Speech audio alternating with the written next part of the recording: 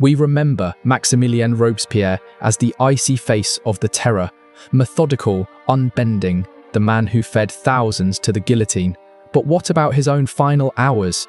What happens when the executioner becomes the condemned?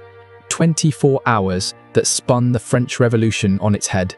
A single day when the most feared figure in France turned into prey. If you value history grounded in solid evidence, subscribe and tell us which city you're watching from. This account draws on original convention records and the official Courtois report. Now, back to the story. On the morning of July 27, 1794, the hall of the National Convention hummed as Robespierre climbed the rostrum. He began a speech, 2 tense hours of warnings about traitors and hidden plots. But something fell off, his voice faltered, his hands shook. The man who once never cracked seemed to splinter before 800 deputies. There is a conspiracy against public liberty, he declared. Yet he named no one. That single omission was fatal. Every listener could hear their own death sentence hiding between his pauses. He rambled about virtue and corruption, enemies lurking in darkness. Familiar themes, yet his delivery stuttered like a warped record. Deputies shifted, whispering behind papers. The feared orator was slipping. By late morning, the address limped to an end, greeted only by a few uncertain claps. Where cheers once thundered, silence now cut deep. One after another, deputies rose to shred him. Tallien branded him a despot, Bilau Varenne accused him of tyranny, and even Barrère, once loyal, struck the final blow. The incorruptible now stood accused. Applause erupted, but for his downfall, support that had carried him through months of executions collapsed in moments. As noon approached, Robespierre tried to speak again, but nothing came. The man whose words had once sealed thousands of fates was suddenly mute. Down with the tyrant! Broad through the chamber. A vote rushed forward. Robespierre, his brother Augustin, and 3 allies were under arrest. Only a few Jacobins dared protest. Saint Just rose to defend him, shouted down. Couthon, pinned to his wheelchair, begged in vain. The architects of the terror had become its newest captives. That afternoon, the Paris Commune heard of the arrest. These were Robespierre's partisans, the city's municipal muscle, and they refused the decree. Armed guards sped to the Committee of General Security, bursting through the Rue Honoré, scattering the sentries and carrying Robespierre off. But where could France's most recognisable face hide? They brought him to the Hôtel de Ville, City Hall, which instantly turned into both refuge and snare. Doors were barricaded, sentries posted, yet the building squatted in open view at the heart of Paris. No alleys, no secret exits.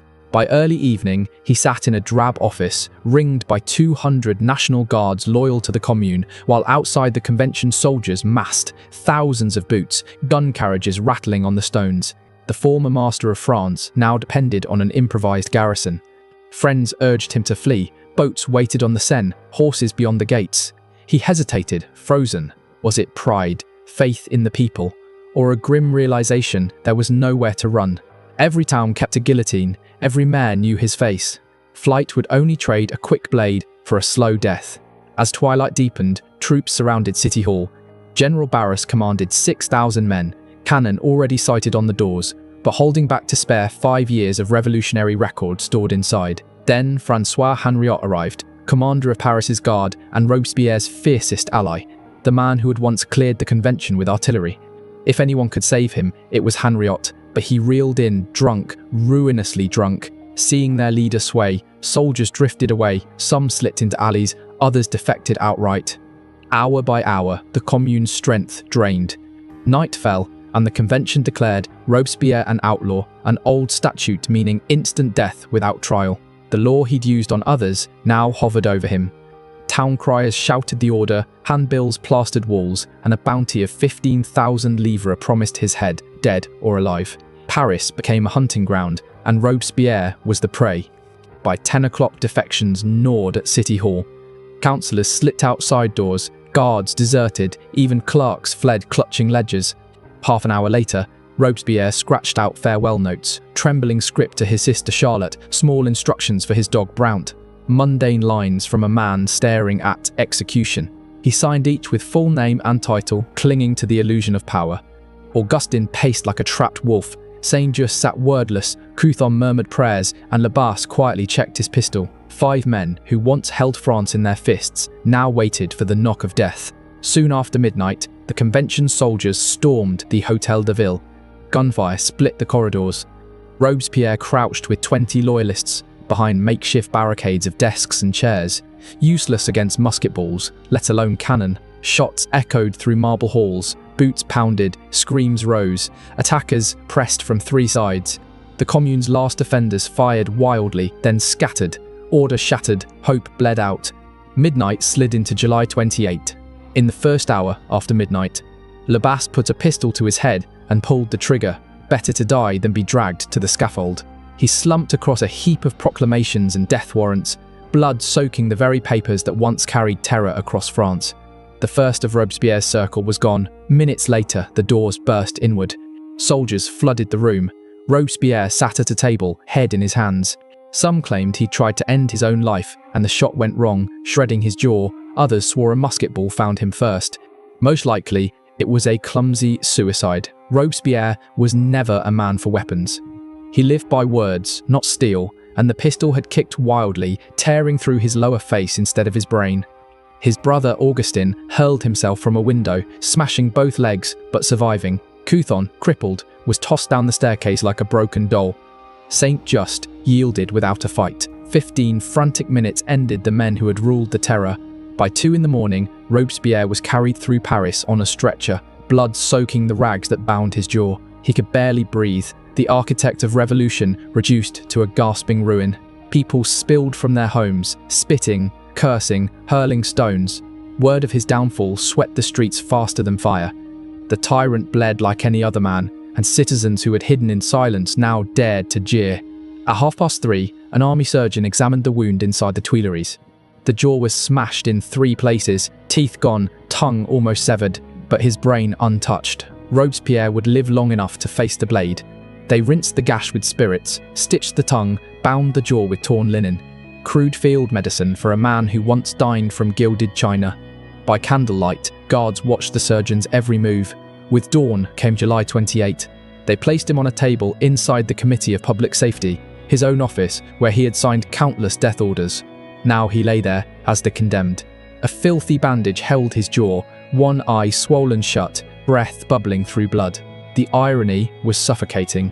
This was the same room where he had plotted purges, scrawled names for the scaffold, sipped coffee over lists of the doomed. His desk still bristled with papers, his signature glaring from stacks of warrants. By mid-morning, Paris roared awake. Crowds swarmed every crossing, the news spreading like a lit fuse. Robespierre was captured. The tyrant had fallen. People danced, sang songs, long band, dragged out hidden bottles of wine. Bakers threw open shutters. Merchants raised their grates. Citizens stepped blinking into daylight after months underground. Yet the celebration felt brittle, as though too much joy might shatter it. Late in the morning, the trial began, more ritual than hearing. Fouquier Tinville, the prosecutor, barely skimmed the facts. Outlawry allowed no witnesses, no defense, only a nod to identity before the sentence. Robespierre tried to scrawl notes, his hand trembling, but no one looked twice. His jaw hung useless. Words were no longer his weapon. Revolutionary justice moved fastest when its engineer stood accused. By noon, the tumbril rattled to the gate. They lifted Robespierre in like freight. He couldn't sit straight, leaning against the rails as the assistant steadied him with almost gentle hands. Professional courtesy among men familiar with death. Months of strain had hollowed him. The terror had gnawed its creator to the bone. The crowd was immense, the largest in years. All of Paris had come to witness the fall of its tormentor. Women spat curses, men waved rags streaked with blood, children pitched garbage at the cart. The procession crept forward, a carnival of hate. Voices that once cheered his speeches now bayed for his life. Each jolt over the cobblestones sent new agony through his mangled jaw, and he kept his eyes closed, unconscious perhaps, or simply ashamed. The cart rolled past his old lodgings on the Rue Saint-Honoré. For 4 years he had lived there, written speeches, plotted purges. Someone hurled a bucket of pig's blood at the windows, red streaks crawled down like tears. Behind the curtain peered Duplay, the carpenter who had once sheltered him as a son. Friendship evaporated fast when the guillotine beckoned. By early afternoon, the streets swelled to a suffocating press, maybe 20,000 packed shoulder to shoulder. Vendors hawked wine and bread, pickpockets prowled, death always drew trade. Ahead, in the Place de la Révolution, the guillotine waited, the very machine Robespierre had elevated to statecraft. 15,000 voices thundered as he was dragged up the wooden stairs. Executioner Sanson tore the bandage from his jaw, and Robespierre let out a sound, not quite human, a ragged shriek that cut through the mob's roar. Then, an eerie stillness settled as his head dropped into the lunette. Assistants pinned his limbs with brisk efficiency. Sanson checked the mechanism, calm and precise as ever. Robespierre's eyes opened, suddenly clear. He looked at the crowd, the scarlet-stained boards, the poised blade. Comprehension lit his face. The terror had claimed its own master. The blade fell. Paris erupted, wild with release. People danced, wine spilled, bells rang for the first time in months. Blood pooled in the straw, mingling with that of countless victims. The guillotine had claimed its most infamous prize. The man who fed it now nourished it one last time. By mid-afternoon, the square was cleared. Bodies heaped onto carts. Augustin Robespierre, Saint-Just, and 20 others baked beneath the sun. The leadership of the terror was wiped out in one scorching session. Yet Paris kept drinking to their downfall past midnight. But Robespierre's story didn't finish at the scaffold that afternoon. While the city roared with celebration, curious citizens crept toward his lodgings on the Rue Saint-Honoré. They rummaged through drawers and cupboards like carrion birds, hungry for keepsakes and secrets. Their first prize was the fabled green coat, the garment he wore for every thunderous speech as Paris bled. Torn to ribbons on the spot, it changed from a tyrant's uniform into a souvenir for the bold. By 5:30 p.m., the true treasure hunt began. Officials sealed the apartment and started cataloguing his possessions for the state. Ordinary procedure after an execution. But this inventory revealed the man behind the executioner's mask. Shelves groaned with books, philosophy, law, poetry, Rousseau annotated in tight handwriting, volumes on Roman virtue and austere republics. His obsessions lay etched in underlines and dog-eared pages. At 6:15 p.m, they stumbled on his dog Brount, locked in a back room, half-starved and crying at the door. Robespierre, pitiless toward men, had fed that dog each morning with tender care. Debate flared. Should the beast share its master's fate? In the end, a street sweeper gathered Brount in his arms and carried him away, the lone soul to mourn the fallen leader. By 8:15 p.m, private papers surfaced, letters from Charlotte, receipts for candles and bread, careful household accounts. The so-called monster had lived like a minor clerk, Spartan meals, plain chairs, no indulgence beyond books. But in the deeper drawers lay correspondence from provincial agents, quiet reports charting every district and notable figure. The incorruptible had watched an entire nation from his desk. Then, around 8:30 p.m, a shock. Citizen Courtois found a hidden compartment in the writing table, invisible unless you pressed a secret panel. Inside rested a list.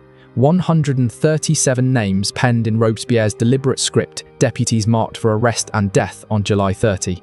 It was a purge that would have dwarfed anything before. The first group, moderates who had questioned the pace of executions, men like Bassy Danglas and Louinet, Girondins who'd learned to bite their tongues. Silence hadn't spared them. The next, his own allies, Couthon, Saint-Just, even Barrère, the voice of his propaganda. Last came magistrates, mayors, generals, loyal functionaries suddenly slated for the blade. Fidelity meant nothing once suspicion took root. By 9:15 p.m, investigators were sifting drafts of speeches designed to whip the convention into frenzy ahead of the mass purge. He planned to blame Austria's gold and British agents, just as he had before, but now the accusations aimed to cleanse entire ministries, topple generals overnight, and replace provincial councils wholesale. France would awaken either to a personal dictatorship or civil war.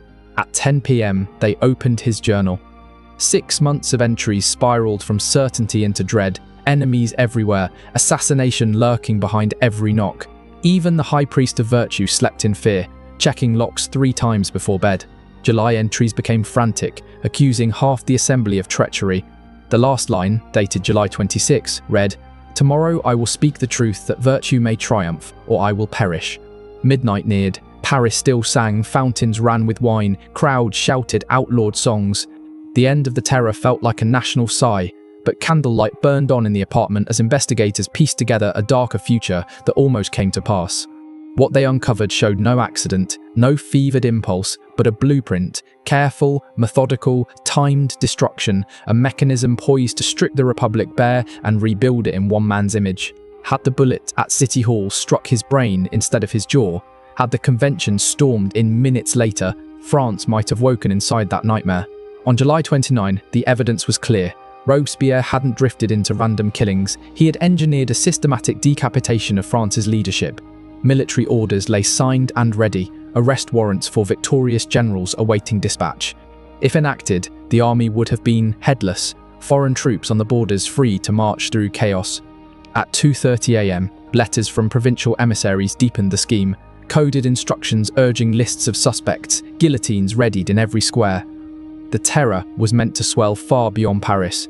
Lyon, already punished for revolt, faced annihilation, streets levelled, survivors scattered, the city itself erased. Then, at 4:05 a.m, financial ledgers delivered another blow. The Republic's coffers were empty, bled dry by foreign war and domestic repression, tax collection paralysed by dread.